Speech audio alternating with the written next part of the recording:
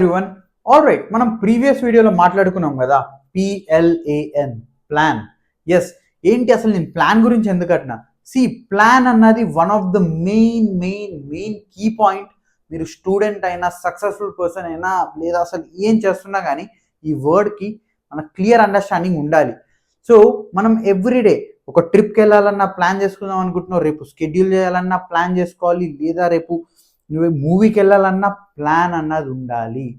Right now అసలు plan అంటే ఏంటి అంటే, ఇట్స్ వెరీ సింపుల్. ఒక నార్మల్ పర్సన్కి you are setting up a goal. So ఆ గోల్ని నువ్వు అచీవ్ ఎలా చేస్తావు ఆర్ అకంప్లిష్ ఎలా చేస్తావు అన్న దానికి ఆ రూట్ మ్యాప్ వచ్చేసి plan. Right, same with corporate things కూడా.